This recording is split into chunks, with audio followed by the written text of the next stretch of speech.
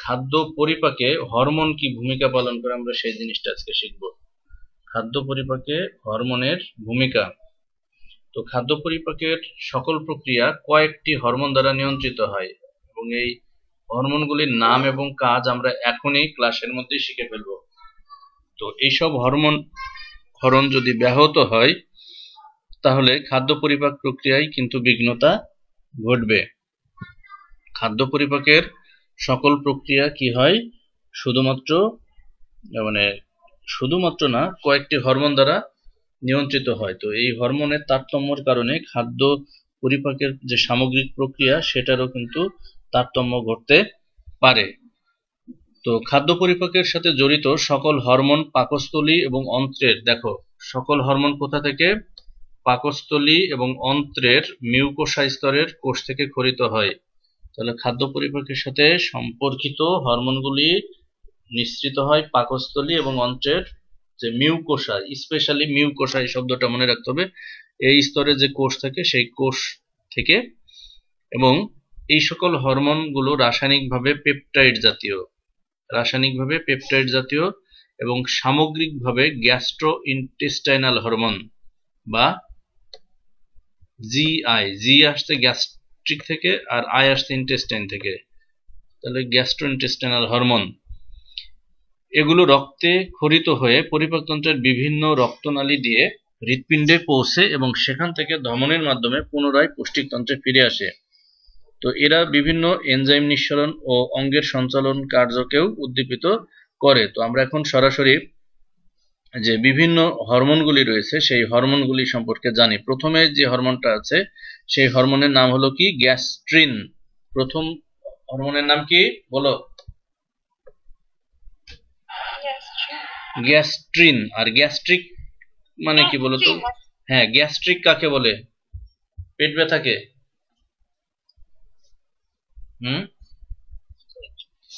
আমার গ্যাস্ট্রিক কোষ থেকে যে হরমোন নিঃসৃত হয় না, গ্যাস্ট্রিক মূলত হচ্ছে তোমার পাকস্থলীটাকে বোঝানো হয়, ঠিক আছে, গ্যাস্ট্রিক।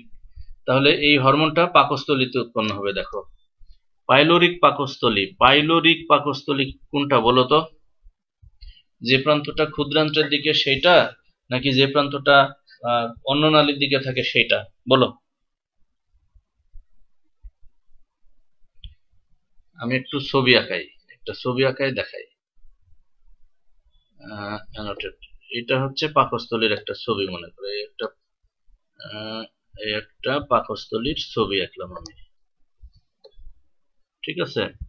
তো আমি বলতেছি এই প্রান্তটা পাইলোরিক প্রান্ত নাকি নিচের এই প্রান্তটা, বলো? নিচের প্রান্তটা, ঠিক আছে। পাইলোরিক পাকস্থলীর প্রাচীরের বিদ্যমান গ্যাস্ট্রিন কোষ হতে গ্যাস্ট্রিন হরমোন ক্ষরণ হয় এবং এই গ্যাস্ট্রিন হরমোন আমরা ইতিমধ্যে জেনেছি এরা কি করে, যে গ্যাস্ট্রিক জুস ক্ষরণে উদ্দীপিত করে। তো এর প্রভাবে দেখো পাকস্থলীর প্রাচীরে বিদ্যমান গ্যাস্ট্রিক গ্রন্থি হতে গ্যাস্ট্রিক রস এবং পাকস্থলীর প্রাচীর হতে হাইড্রোক্লোরিক অ্যাসিড নিঃসরণ করে। তাহলে হাইড্রোক্লোরিক অ্যাসিড ক্ষরণের সাথে সম্পর্ক কোন হরমোনের, বলো একজন?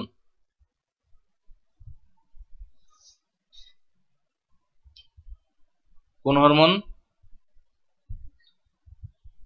Gastrin hormone.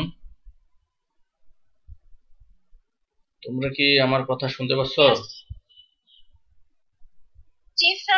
হ্যাঁ, রিপ্লে দিতে হবে, নয়তো আমার মনে হচ্ছে লাইনটা ডিসকানেক্ট হয়ে গেছে। তাহলে গ্যাস্ট্রিন হরমোন কি করে? হ্যাঁ, গ্যাস্ট্রিন হরমোনের কাজ হচ্ছে পাকস্থলীর ভিতর হাইড্রোক্লোরিক অ্যাসিড নিঃসরণ করা। আর কি কাজ? আর হলো গ্যাস্ট্রিক রস ক্ষরণ করা। এছাড়াও পাকস্থলী, ক্ষুদ্রান্ত্র এবং কোলনের অন্ত আবরণীর স্বাভাবিক বৃদ্ধির জন্য এই হরমোন অপরিহার্য। এইগুলো ছাড়াও যে কাজটা করে সেটা কি দেখো, পাকস্থলী, ক্ষুদ্রান্ত্র এবং কোলনের ভিতরের যে আবরণ সেই আবরণের স্বাভাবিক বৃদ্ধির জন্য এই গ্যাস্ট্রিন হরমোন কাজ করে থাকে। তো যেটুকু বলা হলো এটুকু কি বুঝছো?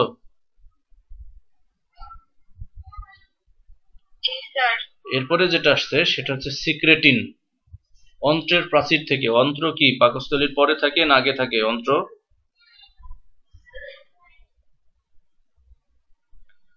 অন্ত্র থাকে পাকস্থলীর পরে। ওই যে চিকন যে নালীটা পাকস্থলীর নিচে যে নালীটা থাকে, এই নালীটাকে আমরা বলছি অন্ত্র। তো অন্ত্রের প্রাচীর থেকে সিক্রেটিন হরমোন খরিত হয়। তাহলে সিক্রেটিন হরমোন কোথা থেকে খরিত হয় বলো? অন্ত্রের প্রাচীর থেকে। আরো সহজ করে বলে দিই, সিক্রেটিন হরমোন কি পাকস্থলী থেকে খরিত হয় না অন্ত্র থেকে?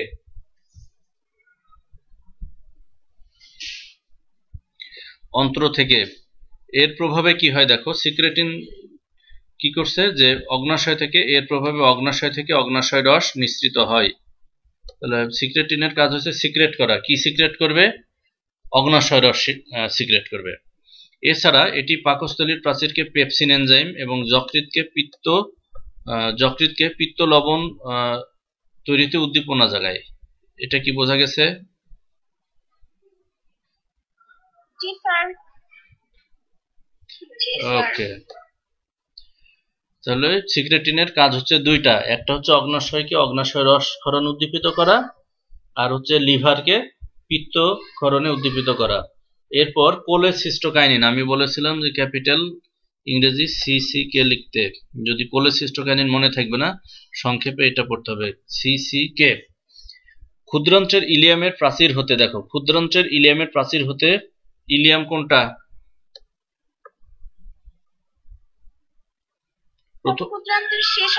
শেষ অংশ। তাহলে শেষ অংশের যে প্রাচীর, সেই শেষ অংশের প্রাচীর থেকে কি হবে? এই কোলেসিস্টোকাইনিন এটা নিঃসরণ হবে। তো এর কমন একটা কাজ আমি শিখাচ্ছি, দেখো পিত্তথলি থেকে পিত্তরস ক্ষরণে উদ্দীপনা জাগায়। কোলেসিস্টোকাইনিনের কাজ হলো কি? পিত্তথলি থেকে পিত্তরস বের হতে উদ্দীপনা জাগায়। অর্থাৎ যকৃৎ থেকে কি হয়? যকৃতে পিত্তরস উৎপন্ন হয়। উৎপন্ন হওয়ার পর এই পিত্তরসটা পিত্তথলির মধ্যে জমা থাকে। আচ্ছা, এরপরে যখন খাবার আমরা গ্রহণ করি এবং পাকস্থলী থেকে কি হয়? খাবারটা যখন অন্ত্রে প্রবেশ করে, অন্ত্রে প্রবেশ করার পূর্বে কি হয়? পিত্তরস থেকে পিত্তথলি থেকে পিত্তরসটা বের হয়, বের হয়ে ওই খাবারের সাথে মিক্সড হয়। মিক্সড হলে কি হয়? অ্যাসিডের যে মাত্রাটা সেটা কমিয়ে দেয়। তো সেটাই বলা হচ্ছে পিত্তথলি থেকে পিত্তরসটা যেন সময় মতো বের হতে পারে, সেই কাজটা করে কোলেসিস্টোকাইনিন। এন্টেরোকাইনিন একই কাজ। এন্টেরোকাইনিন একই জায়গা থেকে উৎপন্ন হয়। এটিও ইলিয়ামের প্রাচীর থেকে উৎপন্ন হয়। কাজ কি? পিত্তথলি থেকে পিত্তরস বের হতে উদ্দীপনা যোগায়। তুমি মাঝের অংশগুলো যদি পারো মনে রাখতে ভালো, আর যদি না পারো তাহলে দেখো দুইটা একই, শুধু নাম আলাদা। হরমোন দুইটার নাম পড়ে কাজ আর উৎপন্ন একই জায়গায় লিখে দিবা, হয়ে যাবে। কি বোঝা গেছে?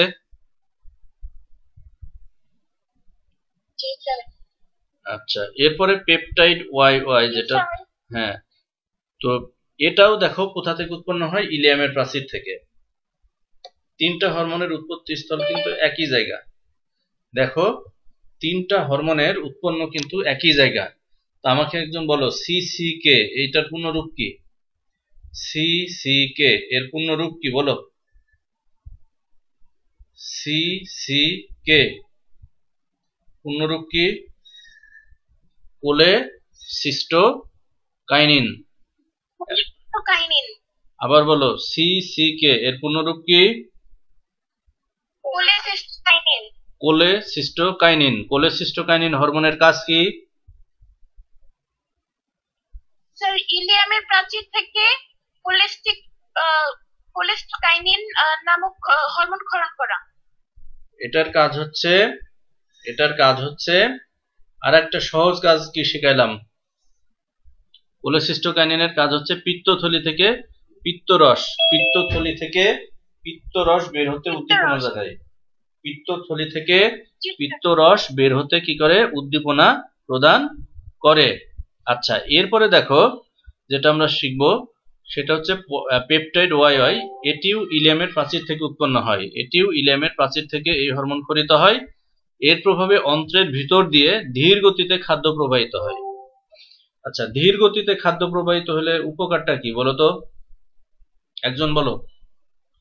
পাকস্থলী থেকে ধরো খাবারটা ক্ষুদ্রান্ত্রের মধ্যে চলে গেল, এবার ক্ষুদ্রান্ত্র খাবারটা কি করে বৃহদান্ত্রের দিকে ধীরে ধীরে ধীরে ধীরে প্রেরণ করে। যদি দ্রুত প্রেরণ করতো সেক্ষেত্রে কি অসুবিধা হতো বলো? স্যার মানে ঠিক মতো মানে হজম হতে পারতো না খাবার। হ্যাঁ, যদি দ্রুত গতিতে খাবারটা চলে যেত তাহলে খুব সহজেই পাকস্থলীটা কি হতো, ফাঁকা হয়ে যেত। তারপরে দ্রুত গেলে খাবারগুলির সাথে যে পরিপাক এর যে এনজাইমগুলি বলি বা অন্যান্য যে উপাদানগুলি সেগুলি সঠিকভাবে মিশ্রিত হতো না। সঠিকভাবে মিশ্রিত না হলে কি হতো, খাবারটা ঠিকভাবে পরিপাক হতো না। তো সেটাই বলছে যে ধীর গতিতে খাদ্য প্রবাহিত হয় যাতে দক্ষতার সাথে খাদ্যর পরিপাক এবং শোষণ সম্পন্ন হয়। এটা কি বুঝছো?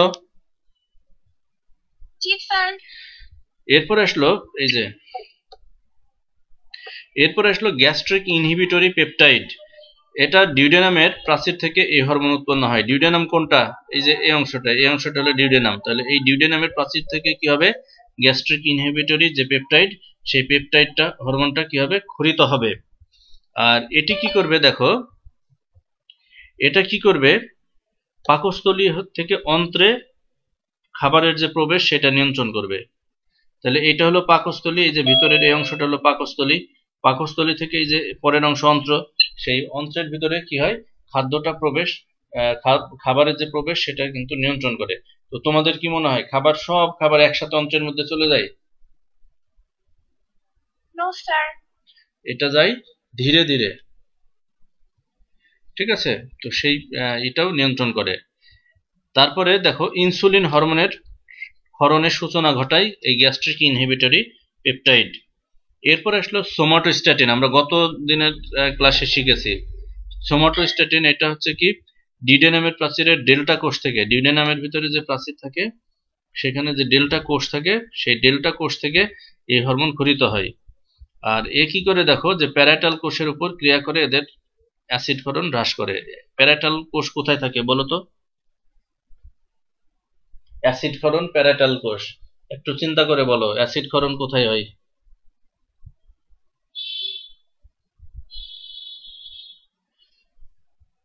Acid, hydrochloric acid.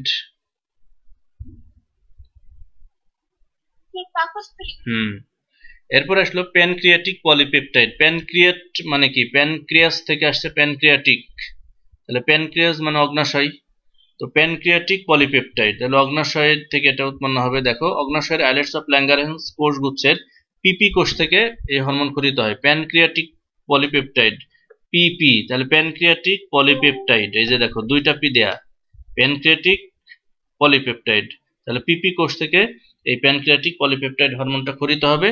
আর কি করবে দেখো, অগ্নাশয়ের ক্ষরণ কার্য নিয়ন্ত্রণ করবে। এই হরমোনের কাজ কি, অগ্নাশয়ের যে ক্ষরণ কাজ সেটা নিয়ন্ত্রণ করবে। এছাড়াও দেখো যকৃতে গ্লুকোজের মাত্রা এবং পাকস্থলী অন্ত্রের নিঃসরণকেও কিন্তু এরা প্রভাবিত করে। তো এইখানে তোমার হচ্ছে 2-3টা কাজ ধরো তোমার করতে পারলে খুবই ভালো। যদি মনে করো 2-3টা কাজ মনে থাকছে না, সেই ক্ষেত্রে তুমি হরমোনের নাম আর একটা কাজ খুব ভালো করে করবা। আর কি বলে, অ্যাডমিশনের জন্য তো সবগুলোই করতে হবে, কোনো কিছু বাদ দেয়া যাবে না। এরপর আসলো ভিলিগাইনিন। তাহলে ক্ষুদ্রান্ত্রের এপিথেলিয়াম প্রাচীর থেকে এই হরমোন ক্ষরিত হয়। এটি ভিলাইয়ের সঞ্চালনকে, ভিলাই কোথায় থাকে বলো?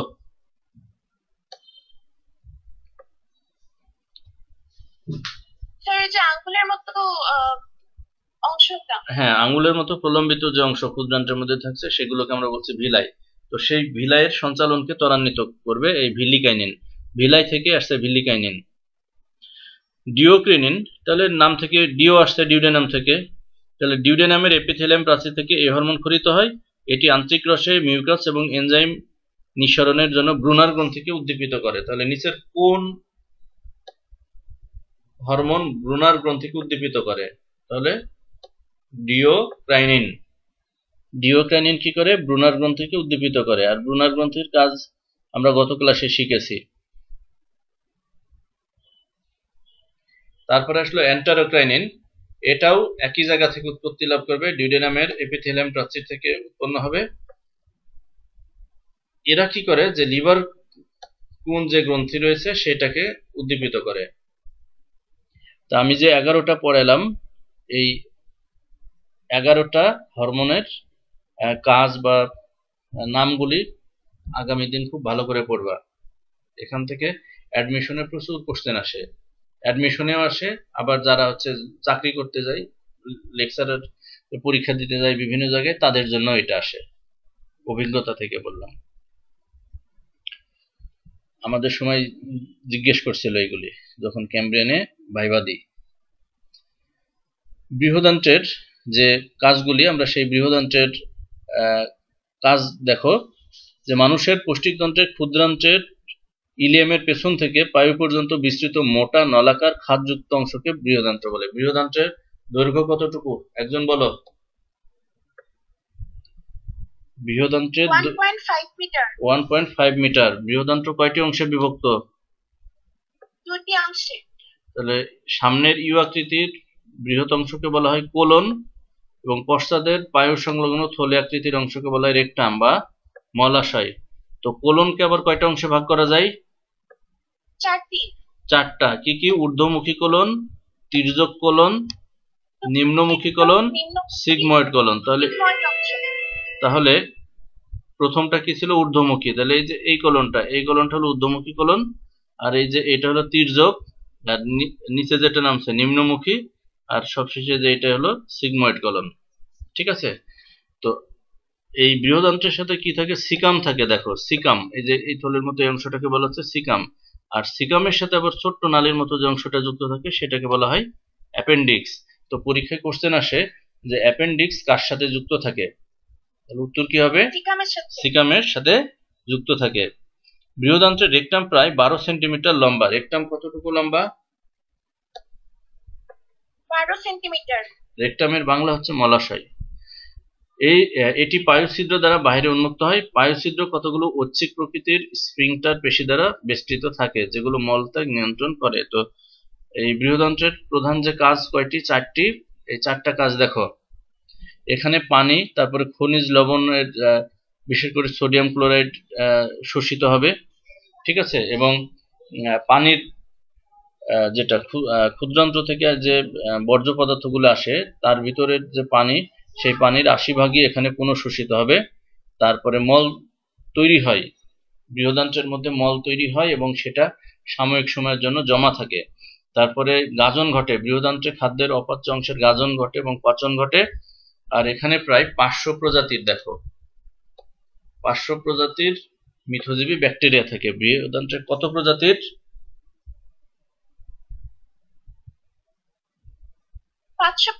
500 প্রজাতির কি থাকে?